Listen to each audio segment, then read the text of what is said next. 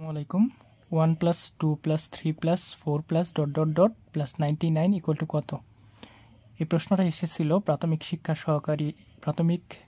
শিক্ষক সহকারী শিক্ষক নিবন্ধন পরীক্ষায়। তাহলে এখানে অপশন দেওয়া আছে 4850, 4950, 4650 এবং 4750। তাহলে যথারীতি এটা 1 থেকে শুরু হয়েছে এবং 99 গিয়ে শেষ হয়েছে। তাহলে যথারীতি এটা স্বাভাবিক সংখ্যা। তাহলে স্বাভাবিক সংখ্যার যোগফল নির্ণয়ের একটা ফর্মুলা আছে, সেটা হচ্ছে n × n+1/2, যেখানে nটা হচ্ছে সর্বশেষ যে তম পদ আছে সেই তম পদ।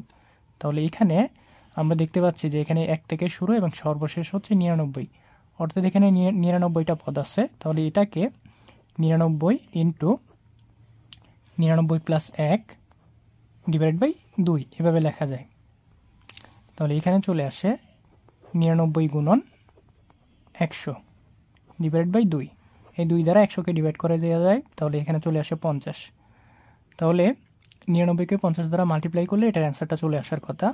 তাহলে এখানে 99 × 50 যদি গুণন করে দেওয়া হয়, তাহলে 900 900 5 নং 45-এর 5 হাতে আছে 4, 5 নং 45 আর 4 হচ্ছে 49।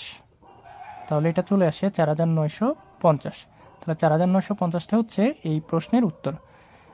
এই উত্তরটা আছে অপশন খতে, তাহলে অপশন খটা হচ্ছে সঠিক উত্তর।